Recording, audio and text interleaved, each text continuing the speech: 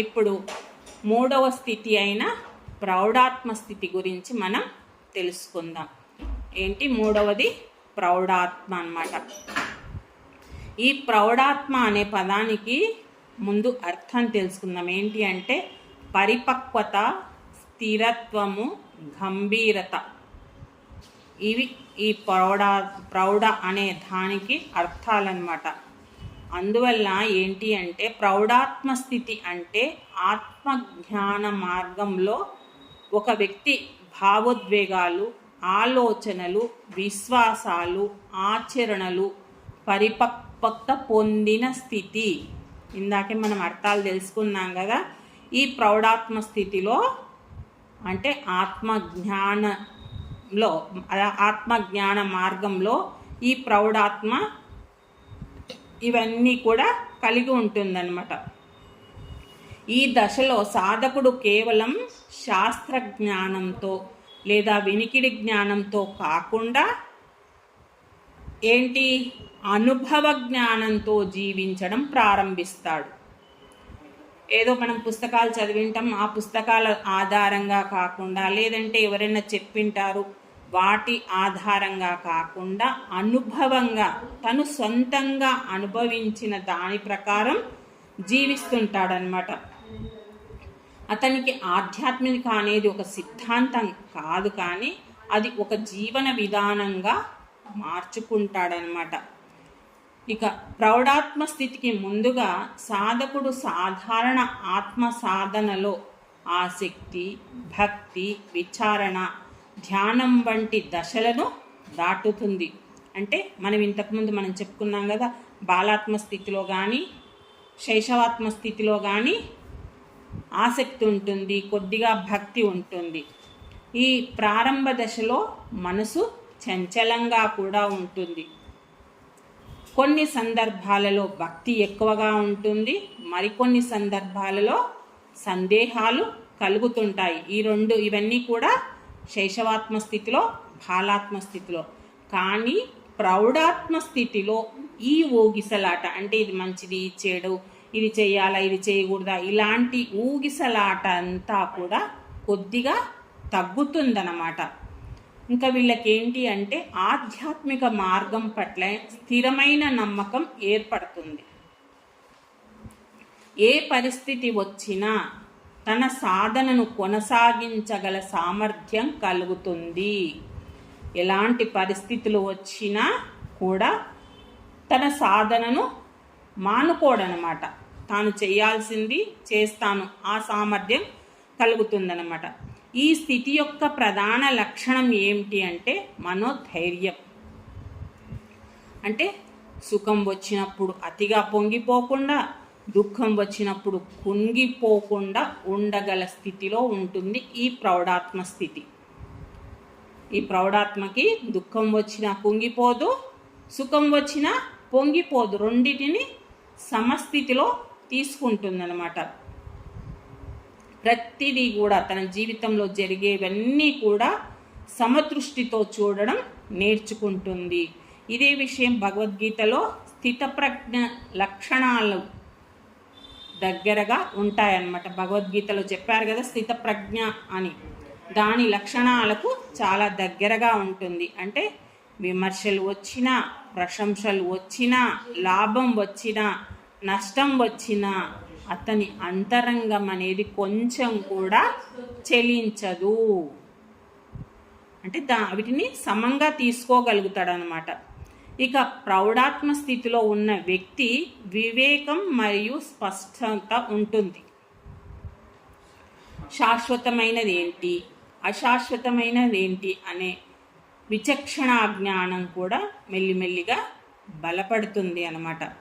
శరీరము, సంపద, పదవి, కీర్తి ఇవన్నీ కూడా తాత్కాలికమని తెలుసుకుంటాడు. ఈ ప్రౌఢాత్మ స్థితిలో ఉన్నవాళ్ళు ఇవన్నీ తాత్కాలికమని తెలుసుకుంటాడు. మరి అదే సమయంలో ఇంకేం తెలుసుకుంటాడు? ఆత్మ, ధర్మము, ప్రేమ, సత్యము ఇవన్నీ కూడా శాశ్వతమైనవని గ్రహిస్తాడు. ఇప్పుడు మనం ఏ స్థితిలో ఉన్నట్టు? ప్రౌఢాత్మ స్థితిలో ఉన్నాము. మనం ఇవన్నీ తెలుసుకుంటున్నాం కదా, ఒకటి ఒకటి తెలుసుకొని అన్నీ ఆచరించకుండా కొద్దిగానన్నా ఆచరిస్తున్నాం అన్నమాట. ఈ అవగాహన వల్ల అతని నిర్ణయాలు మరింత సమతుల్యతగా మారుతాయి. ఇప్పుడు మనం అన్నీ కూడా అలాగే అనుభవిస్తున్నాం. దుఃఖం వచ్చినా 5 నిమిషాలు దుఃఖపడుతున్నాం, తర్వాత మామూలు అయిపోతున్నాం. సంతోషం వచ్చినా ఇది కూడా పోయేదేలే, కొద్దిగా సేపు సంతోషపడుతున్నాం, దాన్ని వదిలేస్తున్నాం అన్నమాట. ఇలా సమస్థితిలో తీసుకోగలుగుతున్నాం అన్నమాట. ఇక ఈ ప్రౌఢాత్మ స్థితిలో అహంకారం క్రమంగా క్షీణించడం ఒక ముఖ్యమైన అంశం. అహంకారం అనేది కొద్దిగా నశిస్తుంది అన్నమాట. నేను చేశాను, నాదే గొప్ప, నాకే పేరు రావాలి, ఇలాంటివన్నీ మనకు తగ్గుతున్నాయి కదా. ఒకప్పుడు ఉండేది, ప్రాపంచికంగా ఉన్నప్పుడు నేను 10 మంది కలిసి చేసినా కూడా ఏమనుకునే వాళ్ళం, నేనే చేశాను, నా పేరే రావాలి అనేది. ఇప్పుడు అలా కాదు. ఇప్పుడు ఏమంటున్నాం, ఒక్కరం చేసినా అందరం కలిసి చేసినాము అని చెప్పుకుంటున్నాం అన్నమాట. తనకు లభించిన ప్రతిభలు, అవకాశాలు ఇవన్నీ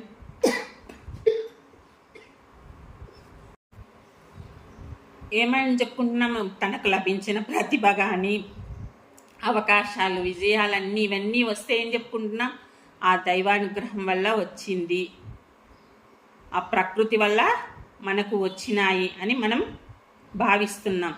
ఈ ప్రౌఢాత్మ స్థితిలో ఉన్న వాళ్ళు కూడా అలాగే భావిస్తారు. అలా భావించడం వల్ల ఏమవుతుంది, అతనిలో వినయం పెరుగుతుంది. ఆటోమేటిక్గా వినయం అనేది వచ్చేస్తుంది అన్నమాట. వినయం పెరిగే కొద్ది ఏమవుతుంది, అంతర్గత శాంతి కూడా పెరుగుతుంది. మనలో ఎప్పుడైతే వినయం వస్తుందో మనలో శాంతి కూడా పెరుగుతుంది. దేనికి ఎంబడే చెలించము అన్నమాట. ఇంకా ఈ ప్రౌఢాత్మ స్థితిలో ఉన్నవాళ్ళు ఏంటి అంటే సేవాభావం కలిగి ఉంటారు. సేవాభావం కలిగి ఉంటారన్నమాట. ఈ ఆధ్యాత్మికత అనేది తన కోసం మాత్రమే కాదు, ఇతరుల శ్రేయస్సు కోసం కూడా పనిచేస్తుంది. అంటే ఆధ్యాత్మికంగా ఎదిగినప్పుడు ఇవి కూడా మనం అర్థం చేసుకుంటామన్నమాట. అప్పుడు ఏం చేస్తాం, అవసరం ఉన్నవారికి సహాయం చేయడం, మన దగ్గర అయితే ఏదైతే జ్ఞానం ఉందో ఆ జ్ఞానాన్ని పంచడం, బాధలో ఉన్నవారికి ధైర్యం చెప్పడం, ఇవంటివన్నీ కూడా అంటే స్వార్థరహితంగా చేస్తారనమాట ఈ ప్రౌఢాత్మ స్థితిలో ఉన్నవాళ్ళు. సేవ అనేది అతను బాధ్యతగా అనుకోడు, సహజ స్వభావంగా మారుతుంది అతనికి. ఏదో చెయ్యాలి, అదొక పనిగా అలా కాకుండా అతనిలో ఒక సహజంగా అయిపోతుందన్నమాట. ఇంకా ఈ స్థితిలో భక్తి మరియు జ్ఞానం సమన్వయం చెందుతాయి, రెండు కూడా ఉంటాయి. కొంతమంది భక్తి మార్గంలో, మరికొందరు జ్ఞాన మార్గంలో ముందుకు సాగుతూ ఉంటారు. ఈ ప్రౌఢాత్మ స్థితిలో ఉన్నవాళ్ళు కొంతమంది భక్తి మార్గము, కొంతమంది జ్ఞాన మార్గము. కానీ ఈ ప్రౌఢాత్మ స్థితిలో ఈ రెండు కూడా పరస్పర విరుద్ధాలు కాదని తెలుస్తుంది. ఏంటి అంటే నిజమైన భక్తి జ్ఞానానికి దారితీస్తుంది. నిజమైన భక్తి జ్ఞానానికి దారితీస్తుంది. నిజమైన జ్ఞానం భక్తిని మరింత లోతుగా చేస్తుంది. ఏంటి భక్తి అని అంటే, భక్తి మనం ఎప్పుడైతే భక్తిలో బాగా మునిగి తేలుతామో అప్పుడే ఈ మార్గంలోకి వస్తామని మనకు తటవర్తి రాజ్యలక్ష్మమ్మ కూడా చెప్పడం జరిగిందనమాట. అలా నిజమైన భక్తి కలిగినప్పుడే ఇటువైపు అడుగులేస్తాం, ఆ జ్ఞానాన్ని పొందాలి అని తెలుసుకుంటాం. ఎప్పుడైతే నిజమైన జ్ఞానం మనకి లబ్ధి పొందుతామో అప్పుడు భక్తి యొక్క లోతు కూడా మనకు తెలుస్తుంది అన్నమాట. అందువల్ల సాధకుడు భగవంతుణ్ణి ప్రేమిస్తూనే ఆయన యొక్క తత్వాన్ని అర్థం చేసుకునే ప్రయత్నం చేస్తాడు.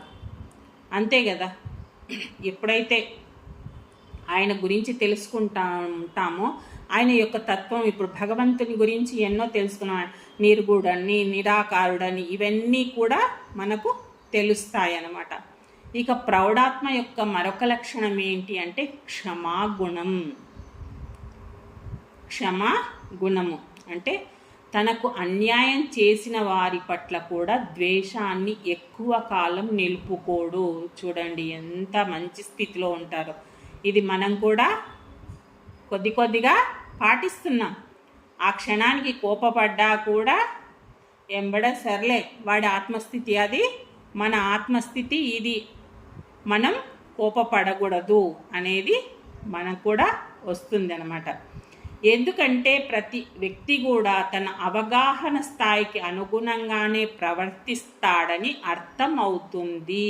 అంతే, ఇప్పుడు చెప్పుకున్నాం కదా, వాళ్ళ స్థాయిని బట్టి వాడికి ఏది అర్థమైందో అంతవరకే వాడు ఉంటాడు. దాన్ని మించి కావాలి అంటే అవుతాడా? రాదు. మనకి ఏది అర్థమైందో అదే చెప్తాము. ఇప్పుడు గురువు చెప్పేదే గురువు చెప్పిన దానికి సమంగా మనం చెప్పాలంటే చెప్పలేము. మనకి ఏది అర్థం అవుతుందో అంతవరకే చెప్పగలుగుతాం. ఇప్పుడు జూమ్లో ఉన్న వాళ్ళంతా కూడా ఏంటి, మనకు ఇప్పుడు ఒక క్లాస్ చెప్పింటాం, ఆ క్లాస్కి ఒకరొకరికి ఒక విధంగా అర్థం అవుతుంది. అందరికీ ఒకే విధంగా అర్థం కావాలని ఉంటుందా అంటే కాదు. అలా అన్నమాట. అది అర్థం చేసుకుంటాడు. క్షమించడం అంటే తప్పును సమర్థించడం కాదు. క్షమిస్తున్నాము, ఇప్పుడు ఎవరో తప్పు చేసిండ్రు వాడిని క్షమిస్తున్నామంటే అది వాళ్ళ తప్పును సమర్థిస్తున్నామని కాదు. ఏంటి అంటే మన హృదయాన్ని ద్వేషము నుండి విముక్తి చేయడం అని అతడు తెలుసుకుంటాడు. మన హృదయాన్ని ద్వేషము నుండి విముక్తి చేయడం అని తెలుసుకుంటాడనమాట. ఇక ఈ ప్రౌఢాత్మ స్థితిలో ఉన్నవాళ్ళు ఇంద్రియ నిగ్రహం సహజంగా అభివృద్ధి చెందుతుంది. తెలుసుగా, ఇంద్రియ నిగ్రహం అంటే ఇంద్రియాలను నిగ్రహించుకోవడం అన్నమాట. బలవంతంగా కోరికలు అణిచివేయడం కాదు. బలవంతంగా కోరికలు అనేది అణుచుకోకూడదు. మరి ఏంటి అంటే వాటి నిజస్వరూపాన్ని తెలుసుకొని వాటి మీద ఆధారపడడం తగ్గుతుంది. అంటే ఆ కోరికల వల్ల నాకేం లాభం ఉంది, ఇప్పుడు ఏదైనా ఒక కోరిక కలిగింది, ఆ కోరికను తీర్చుకోవడం వల్ల ఎంత లాభం ఉంది, ఎంత నష్టం ఉంది, అది తీరితే ఏంది, తీరకపోతే ఏంది, ఇది అవసరమా అనవసరమా, ఇవన్నీ కూడా తెలుసుకొని దాన్ని తగ్గించుకుంటాడనమాట. భోగాలు అనేది జీవితంలో ఉండవచ్చు, కానీ వాటికి బానిస కాకూడదు. ఇది బాగా మనం గుర్తు పెట్టుకోవాలి. అవసరాన్ని గుర్తించి మనం జీవించాలి. ఇది అవసరము. ఇప్పుడు కొందరికి ఏంటి, మొదట ఎక్కడ పడుకున్నా నిద్ర పడుతుంటుంది. రాను కొంత వయసు వచ్చే వరకు వాళ్ళకి మంచమే కావాల్సి వస్తుంది. అది తప్పనిసరి అవసరం. కాబట్టి అవసరాన్ని గుర్తించి మనం జీవించాలన్నమాట. ఈ స్థితి అనేది, ఈ సమతుల్యత అనేది అతనికి బాగా బలంగా నాటుకుంటుంది ఈ ప్రౌఢాత్మ స్థితిలో ఉన్న వాళ్ళకి. ఇక ఈ ప్రౌఢాత్మ స్థితిలో ఉన్న వ్యక్తి మౌనం విలువను కూడా అర్థం చేసుకుంటాడు. ఇది కూడా మనకి మెల్లిమెల్లిగా అర్థమవుతుంది. మౌనం ఎందుకు ఉండాలి అనేదానికి. మౌనం అంటే కేవలం మాట్లాడకపోవడం అని అనుకుంటాం. మనం సామాన్యంగా అదే అనుకుంటున్నాం, మాట్లాడకుండా ఉంటే అయిపోతుంది, అదే మౌనము అనుకుంటున్నాం. మౌనం అంటే అది కాదు. మాట్లాడినా సరే ఏంటి అంటే అవసరం లేని చోట మాట్లాడకపోవడం, అవసరం లేని ఆలోచనలు, అవసరం లేకుండా ఆలోచిస్తూ ఉంటాం. అది అవసరమా అవసరం లేదా అనేదిలే, దాన్ని ఇంకా పొడవుగా ఒకతోన స్టార్ట్ చేసినామంటే 1 గంట వరకు కూడా ఆలోచిస్తుంటాం. అలా అనవసరపు ఆలోచనలు చేయడం, ఇంకా అనవసరపు వాదోపవాదాలు.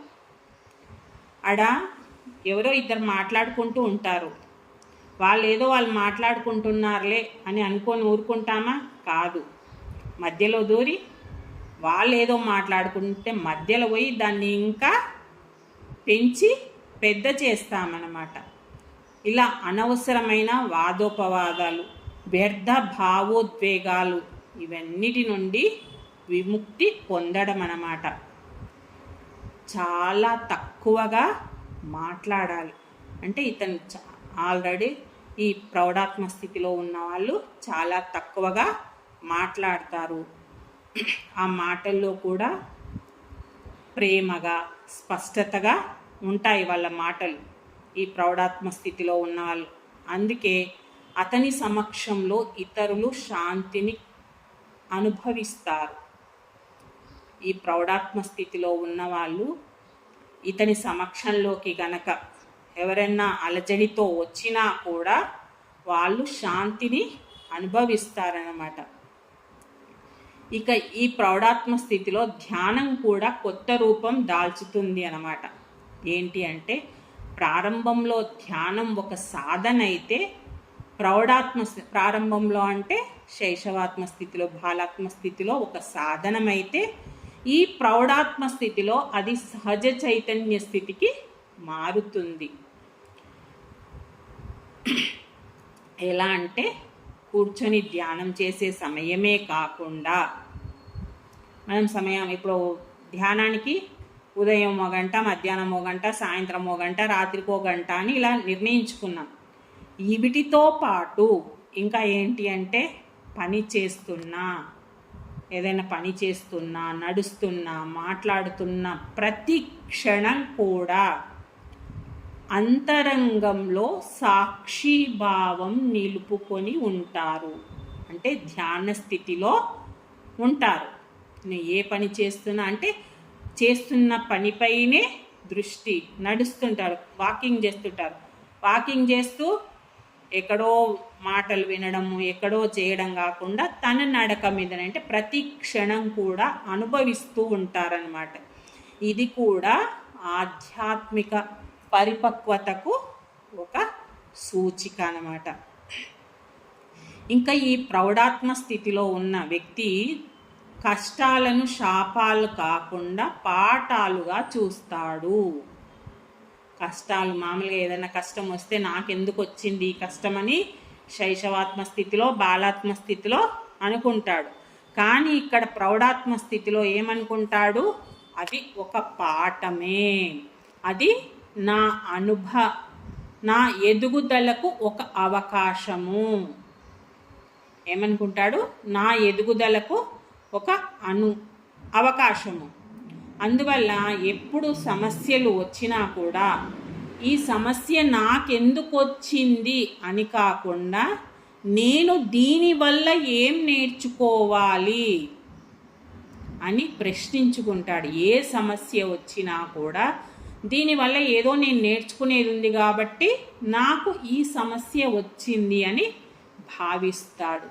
ఇలా భావించడం వల్ల అతనికి ఎంతో మానసికంగా బలం అందుతుంది, మానసిక బలం అందుతుందన్నమాట. ఇంకా ఈ ప్రౌఢాత్మ స్థితిలో ఉన్న వ్యక్తికి కరుణ కూడా మరింత విస్తరిస్తుంది. తన కుటుంబము, తన కులము, తన మతము, తన వర్గం వాళ్ళ అనే పరిధులు దాటి ఏంటి, సమస్త జీవుల పట్ల ప్రేమ భావం పెరుగుతుంది. అంటే ఈ సృష్టిలో ఉన్న 84 లక్షల జీవరాశుల పైన కూడా అతడి దివ్య చైతన్యం దర్శింప చేసుకుంటాడనమాట. అతను అన్నిట్లో ఆత్మనే, నేను ఎలా ఒక ఆత్మనో ప్రతి చీమలో, దోమలో, పుట్టలో, చెట్టులో అన్నిటిలో కూడా ఆత్మను దర్శించడానికి ప్రయత్నం చేస్తుంటాడనమాట. అందువల్ల అతని జీవితంలో అహింస, దయ, సహనం వంటి విలువలు కూడా ఉంటాయి. అన్నీ తెలిసినప్పుడు జీవహింస చేస్తాడా? ఓ కోడిని చంపమన్నా చంపడు, ఓ చీమని చంపమన్నా చంపడు. ఎంతో దయతో, ఎంతో సహనంతో ఉంటాడు. ఇతరులకు ఇబ్బంది పెడతాడా? పెట్టడు. ఇక ప్రౌఢాత్మ స్థితి అనేది అంతిమ గమ్యం కాదు. మరి ఏంటి అంటే, మరింత ఉన్నతమైన ఆత్మ సాక్షాత్కార స్థితులకు దారి చూపే బలమైన పునాది. ఇదే లాస్ట్ అంటే కాదు, ఎందుకంటే ఇంకా ముందున్నాయి కదా, మనకి చెప్పుకున్నాం కదా, వీటికన్నిటికీ వెళ్ళడానికి ఇది ఒక బలమైన పునాది అన్నమాట. ఈ దశలో సాధకుడు తనలోని దివ్యత్వాన్ని స్పష్టంగా అనుభవించడం ప్రారంభిస్తాడనమాట. ఇప్పుడు అది మనం కూడా కొద్ది కొద్దిగా అనుభవిస్తున్నాం. అయితే ఇంకా మనం సాధించవలసి ఉంది. ఇప్పుడు అడుగులు వేస్తున్నాం అన్నమాట. ఈ ప్రౌఢాత్మ స్థితిలో ఉన్న వాళ్ళు అలాగే ఉంటారన్నమాట. అతడు వినయంతో సాధనను ముందుకు కొనసాగిస్తూ ఉంటాడు. ఈ ప్రౌఢాత్మ స్థితిలో ఉన్న వాళ్ళు వినయంతో ముందుకు పోతూ ఉంటాడనమాట. తనకు తెలిసింది ఈ అపారమైన జ్ఞానంలో కొంత అనేది కూడా తెలుసుకుంటాడు. మనం ఇప్పుడు చెప్పుకుంటున్నాం కదా, మాకు కొంతే తెలిసింది అలాగే అన్నమాట. ఇక ఈ ప్రౌఢాత్మ స్థితి ఏంటి అంటే పరిపక్వమైన ఆధ్యాత్మిక జీవితం. ఇందులో సమత్వం, వివేకం, వినయం, సేవ, క్షమ, కరుణ, ఇంద్రియ నిగ్నం, సాక్షిభావం వంటి గుణాలన్నీ కూడా ఈ ప్రౌఢాత్మ స్థితిలో మెల్లిమెల్లిగా వికసిస్తాయన్నమాట. ఈ స్థితికి చేరుకున్న వ్యక్తి తన జీవితాన్ని ఒక సందేశంగా మార్చుకుంటాడనమాట. అతని మాటల కంటే కూడా అతని ప్రవర్తనే ఇతరులకు ఎక్కువగా బోధిస్తూ ఉంది. ఇది కూడా మనకు అనుభవమే కదా. అందరు అంటుంటారు కదా, మీరు ధ్యాన మార్గంలోకి వచ్చాక మీ మాట తీరు మారింది, మీ ప్రవర్తన మారింది, చాలా సైలెంట్ అయిపోయారు, ఇవన్నీ అంటుంటారు. ఇవన్నీ కూడా ఉంటాయన్నమాట. అందువలన ప్రతి సాధకుడు కూడా నిరంతరం సాధన, ముఖ్యంగా చేయవలసింది స్వీయ పరిశీలన, తనను తను పరిశీలించుకోవాలన్నమాట. ప్రతి క్షణం పరిశీలించుకుంటుంటేనే మనం ఒకసారి తప్పు చేసాము, ఆ తప్పు ఇంకోసారి చేయం. ఒకసారి మంచి చేసాము, ఓహో ఈ మంచి చేయడం వల్ల ఇలా జరిగింది, ఇంకో మంచి చేయాలని చూస్తామన్నమాట. అలాగే భక్తి, ధ్యానం, సేవ ఇవన్నీ కూడా ఈ ప్రౌఢాత్మ స్థితిలో లక్ష్యంగా చేసుకొని ముందుకు సాగుతూ ఉండాలన్నమాట. ఇదే ఆధ్యాత్మిక పరిపక్వతకు, అంతరంగ శాంతికి, దైవానుభూతికి దారి తీసే మహోన్నత మార్గము. ఓకే ఫ్రెండ్స్, మీ విలువైన సమయాన్ని ఇచ్చినందుకు మీ అందరికీ ధన్యవాదాలు. Thank you. మిగిలినవి రేపు తెలుసుకుందాం.